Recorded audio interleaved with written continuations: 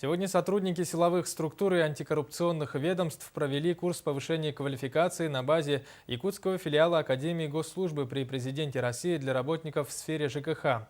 Подробности у Афанасия Николаева. Система жилищно-коммунального хозяйства в республике, как и в целом по стране, считается коррупционно опасной. На курс повышения квалификации по антикоррупционной подготовке были приглашены сотрудники подразделений и должностей с самыми высокими рисками. Руководители министерства, заместители руководители департаментов, ну и специалисты, которые занимаются рисковыми операциями в сфере использования или направления бюджетных средств.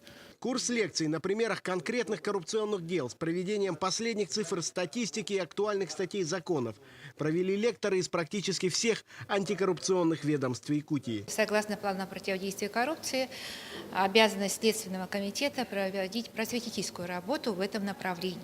Поэтому наши слушатели выслушали все рекомендации Следственного комитета, Министерства МВД и прокуратуры нашей республики, дабы в целях профилактики, противодействия коррупции и уменьшения уровня коррупции. В системе ЖКХ Якутии задействованы солидные объемы бюджетных средств. И коррупционная безопасность в этой сфере является приоритетной задачей.